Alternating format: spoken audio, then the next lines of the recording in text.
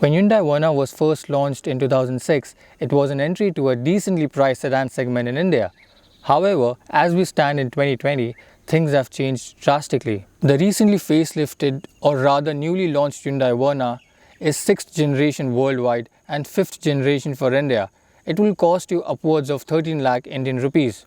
In other words, there has been a dramatic increase in price, and so has the improvement in overall package of the car.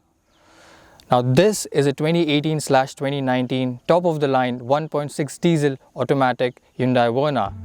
Is this the best second-hand sedan under 13 lakh rupee bracket? Well, there's only one way to find out. Let's just go for a drive, shall we?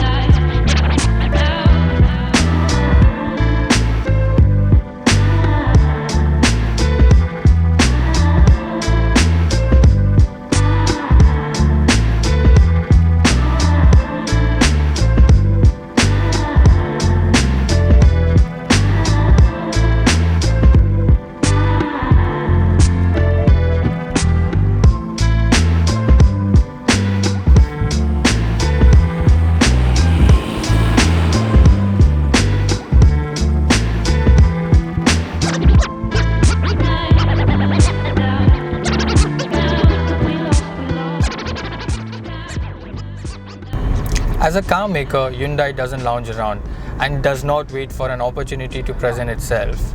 In other words, Hyundai is known for timely and frequent updates of their cars, both cosmetic and mechanical. And that's largely due to a combination of factors, one being its strategic move for them, and the other one is its rivals. Maruti Suzuki Ciaz and Honda City are great cars in their own right. So that's exactly what Hyundai has done with this 2018 Hyundai Verna. However, there's a flip side to that. Because of their frequent updates, Hyundai cars are known for having not so big shelf life. That's my personal opinion though. Now, Verna's design is based around Hyundai Sculpture 2.0, and there's no doubt that this car has got sharper design than the outgoing model of 2017. Lots of flowing lines and beautiful creases, and this has become synonymous with Hyundai's design of this decade. I would also like to add that these flowing lines and beautiful creases have a science behind it for its aerodynamics and low coefficient of drag. So this all makes sense to me. From the front, these angular headlamps have an evolutionary take of its previous model, flanked by LED DRLs and projector lights. In the middle, you have this big cascading grille, which reminds me of an Audi car, surrounded by chrome all over. I have some opinion on this, which I'm going to dive into a bit later. But as you go lower down under the headlamp cluster, you'll find a pair of fog lamps. They have got sharp creases in the lower recess, accented with chrome strips. And this goes a long way in making this car a bit more upmarket and premium. Now, coming to this grille, I'm not a big fan of this because this is a bit too curvy for my liking. Even though it's inspired by Audi, this is a bit too much. In their defense, I can say that the majority of the Indians do love this car, especially the front of this car. So it suits Indian taste. So why change it if it works? Yeah. Otherwise, this is a very well balanced and well proportioned car. It looks like a mini Elantra.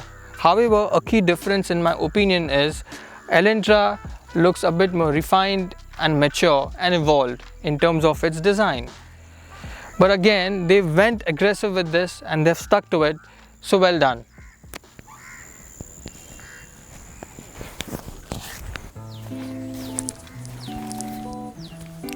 Now this car is based on the same platform as the 6th generation Hyundai Elantra, as a result of which this car does borrow many of its design cues from its larger sibling. Now one of the highlights from the side profile of this car is the coupe-like roofline, as you can see. Now design is all about management and making key decisions. Once they went ahead with this, Now this has affected the headroom on the back seat. But it is what it is. You win some, you lose some. Noticeably, this car does get its fair share of chrome treatment. You've got chrome on the belt line, you've got chrome door handles, you've got 16-inch diamond cut alloy wheels, you've got this coupe-like roofline, and all this gives it a very curvier outline and a plump body as a whole. Now if you take a closer look at this, it has got strong character lines which are very typical of Hyundai's fluidic design. The paint and the fit and finish is top-notch. The build quality is really good. The gaps are even. This is not a flimsy build car, for sure. Like we have seen in cars that are based on Hyundai's fluidic design, the roof is round. So the window line rises towards the rear, whereas the roof line tapers, limiting the glass area. It is one of those decisions that they make. It looks good on the eye, but it has some consequences. Also, this black plastic acts as a finishing piece of the rear window. A quarter glass would have allowed more light in the cabin. Also, this 2018-2019 Hyundai Verna is longer and wider than the outgoing model. Its wheelbase and total length is identical to that of Honda Cities, though it does not match with Maruti Suzuki Ciaz in terms of size. Also, it has got 165 mm of ground clearance, which is good for a sedan like this. I'm going to say it straight away. I'm a big fan of this rear design. Okay, let's be objective for a second. The sloping roofline smoothly flows and connects with the beautifully made tail lamps. I also quite like the black element on the bottom of the bumper. It helps reduce some bulk and adds a touch of sportiness to the overall look. Again, you've got these long slim reflectors, nicely done. Otherwise, the rear design has got lots of lines and creases. For example, this line comes all the way from here, goes all the way to the front. Nice touch. The other line connects from here, it goes to the other side. Gives you an illusion of a wraparound effect. Again, a nice touch. But they had to screw this up. So they have given you a chrome strip. This is India. Now, step inside the car and the first thing you'll notice is that this cabin has an air of elegance to it. However, unlike its exterior design, the dashboard design isn't radical by no means. The ergonomics is spot on, it is very well laid out, and it scores high on practicality, I would say. You know, the plastic quality is all hard, but it is certainly better than its rivals. So I can't really complain, can I? And the color combination used over here is black and beige, so it looks very pleasant. The center of attention, I would say, is this 7-inch touchscreen unit. It has got these buttons, so you can use these buttons to navigate through the system. Again, you have these vertical AC vents that look very old school, I would say. Now this is SXO variant, which is the top end, so you get climate control. Lower down, accompanied by Hyundai's party trick, ventilated seats. This is certainly the best addition to Hyundai Verna because it is such a premium feature. Again, because this is SXO variant, you've got 6 airbags, you've got Wi-Fi charging, you've got cooled glove box. Everything is very well laid out. So this is all modern and contemporary. Having said all of that, the cabin styling is functional and contemporary. There's no wow factor in this. A key thing to note here is that Hyundai's interiors don't age well. That is my personal opinion though. Now, this is a 7-inch touchscreen unit. In newer Hyundai Vernas, you get a higher or a bigger screen, and that is bound to happen. So in this case, this is the focal point of the interior, and in terms of fit and finish, this is decent. They could have done a lot better in terms of, giving a bigger screen, but in terms of responsiveness, it is decent. It is not as good as Ford EcoSport, I would say, but you've got everything. You've got address, you can use it as, for media, radio, and the system also comes with navigation, and it comes with Android Auto, Apple CarPlay, MirrorLink, and it doubles up as a reversing camera screen as well. So these are all good touches to have. Yeah. Now, steering wheel design is one of the most important components when it comes to the whole of interior design. So to me this looks all right. In terms of quality, again, this is decent. This is plastic finish. You have got leather wrap. You've got a lot of buttons over here, and so to me it looks a bit cluttered. Personally, I don't use so many buttons. I only use it for volume up and down or to change radio channels. That's about it. So to me, this can lead to a lot of confusion as well, but this is all right. Yeah, so in terms of steering wheel design, this is good, this is decent.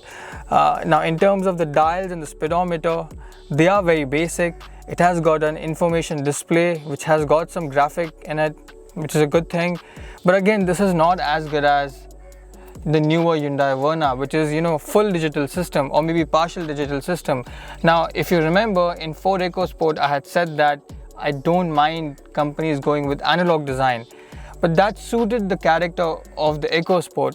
In this case, it looks a bit bland to me, and they could have done a lot better because this is an expensive car. Now, in terms of seating position and front seat comfort for a sedan of this price, this is good enough. You've got good cushioning system over here. I would have preferred a bit more cushioning at the back, and it's going to be a problem for bigger guys. In terms of the quality of the seat, it is decent. It is made out of faux leather, which is basically fake leather, but these have got cooling system, which is ventilated seats, which is a first in the segment, a great addition to Hyundai Verna. And the visibility is really good. This is relatively thin A-pillar, so you can see through this. You've got everything you need in your hand, and the posture is good for a sedan. You've got a sunroof over here as well. What else do you need?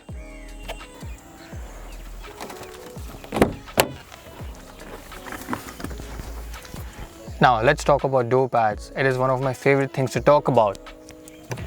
I think they have done a major goof up in terms of using color combinations, because as you go by common sense, we are always in contact with this portion. So they should have kept this black and this white. This can get easily soiled. Otherwise, in terms of fit and finish, in terms of how it's being bolted together, it's good. Good job. This feels nice. The buttons feels nice to hold. You can house 1 to 2 liter bottles. You've got enough space over here to keep your things. Yeah, there's a padding over here, soft touch padding, which is again good. So these are details that work, and the door feels decently heavy. So this is all great. I'm really happy with it. The only thing is, when designers are designing certain things, they have to keep in mind what's going to work, what's not going to work in terms of practical things. Let's move on to another topic. Now, let's talk about the back seat of this car, because this is one of the most crucial and important aspects when Indians look for a sedan like this. So let's just dive into this. Now, this opens up sufficiently wide, as you can see. So there's enough space to get inside. It is a bit low, and you have to be cautious or a bit careful while getting inside, because this is coupe-like, so this can hit your head, so you have to be careful. For someone like me who's young, this is going to be not of a big of a deal, but for older people, yeah, sure, this is going to be a problem. But once you step inside the car, as you can see, okay, for your height reference, I am 5'6", and I have positioned this front seat according to my height reference. So if a taller driver comes in, this seat is going to come a bit behind, and so then the legroom is going to be a bit less. But that's fine. Otherwise, because of the color combination used, which is black and beige, and sunroof, it feels airy. Otherwise, the reclining angle is really good. It's tilted towards the front and a bit upwards, which is a good thing. You've got soft headrest, soft cushioning system, which is all good things. But the under thigh support is just about decent, and the headroom is also not that good. And this is going to be a bit of a problem for taller guys. Nonetheless, in terms of features, this is feature rich. You've got AC vents over here, you've got a socket to charge your phone, and you've got places to keep your things over here. And yeah, this is nowhere as spacious as Maruti Suzuki Ciaz or even Honda City.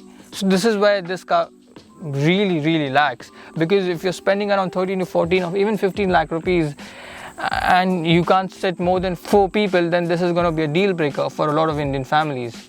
But otherwise, if you try to keep that aside, This is not a bad place at all, but certainly you have cars that have got better spacious cabin, roomier cabin, better seats and all of that. Let's talk about the boot. Now again, when families are spending so much money, they expect to have good boot space. So let's see what this car has got. Now surprisingly, this feels extremely light to me. I don't know if that's a good thing or a bad thing, but this boot lip is high, so you'll have to lift your luggage up to plonk it in or remove it from the space. And this is 480 liters, which is smaller than when you compare it to Honda City or Maruti Suzuki Ciaz. They've got around 510 liters of boot space, so it falls short in that regard. However, if you look at this boot space in a vacuum, this is good enough. This should work for anyone. So yeah, I am satisfied because it comes with a price, which is design. So because I'm happy with the design, I'm okay with the boot space. It's just a trade-off, isn't it? Now let's talk about the driving dynamics of this car.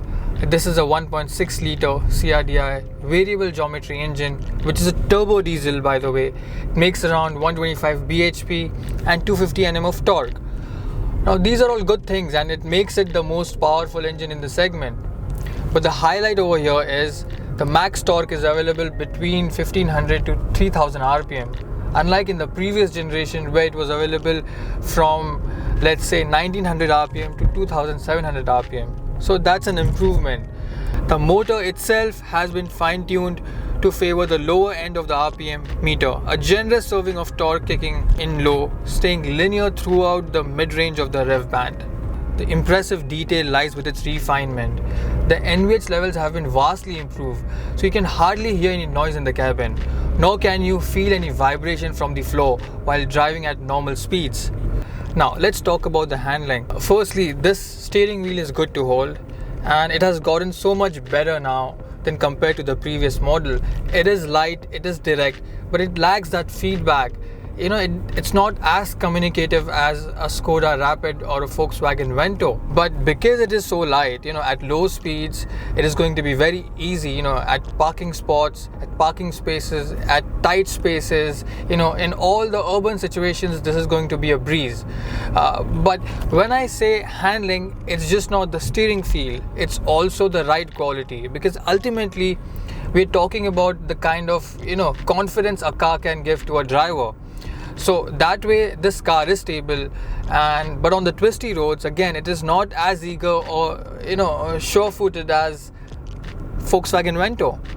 So I wouldn't call this like a fun to drive car. It is certainly a good cruiser. Now, one of the selling points of this car is this automatic transmission. Now it is a single unit, it has got 6-speed torque converter. It does not have a sport mode, but what it does have is a manual mode, which is good for overtaking out on the highways. It is quick in shifting, but it is not as precise as the DSG that is seen in Vento or Rapid. Overall, this is a good move in terms of picking up the 6-speed automatic from the Elantra or the Creta, because the older one was such a pain in the ass. And so this is all great. And also I would like to point out that 6-speed automatic leads to better spread in gearing, better spread in power, and better fuel efficiency. But that said, the automatic transmission does lack this sense of urgency that a manual transmission has. And it is quick enough, but it is not as fast as the manual transmission on the Hyundai Verna. And that's a fact. As you can see, the highway experience is calm and comfortable. Really. However, there are times when you want to overtake quickly and the gearbox won't respond instantly. If there is a fast vehicle ahead and your overtaking window is narrow, you'll have to carefully plan the move. And this is something you'll have to get used to. Or use the manual mode. The thing that I'm absolutely loving about this car is the balance between supple ride and vastly improved handling. And it shows that they have been listening to their customers, and it also shows that they have been trying to constantly improve the driving dynamics of this car. It is clearly evident over here. Its stiffer chassis, the one that underpins the Hyundai Elantra, has made this car more agile, and now this car rides with more confidence. and I feel much more confident in chucking this car around corners when compared to its predecessor. The ride quality leans slightly towards firm, but potholes result in a soft thud rather than a harsh jolt. And despite the firmness of the suspension setup, things rarely get uncomfortable for occupants. The Verna no longer wallows over bumps at high speeds, and pitch and roll also stay within the reasonable limits. Having said that, if you hit sharp undulations, the suspension does have a tendency to thud. Now, Hyundai Verna in this iteration has impressed me with its performance, its comfort, its unending list of equipment, convenience of an automatic transmission, and of course, its design. Except the lack of space at the rear, it does not have any major downside to it.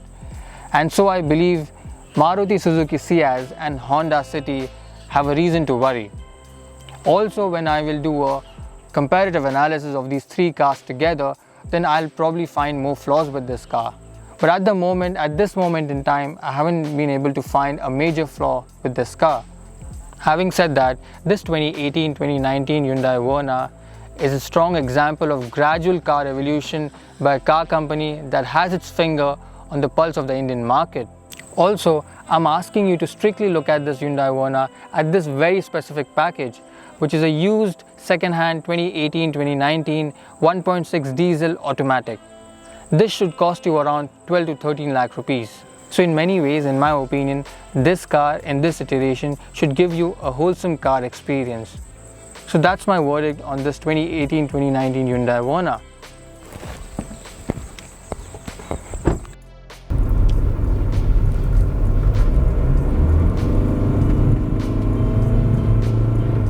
Oh my goodness, just look at this. It has got so much power, I can't believe it. What lets it down though is the handling. Such a bummer.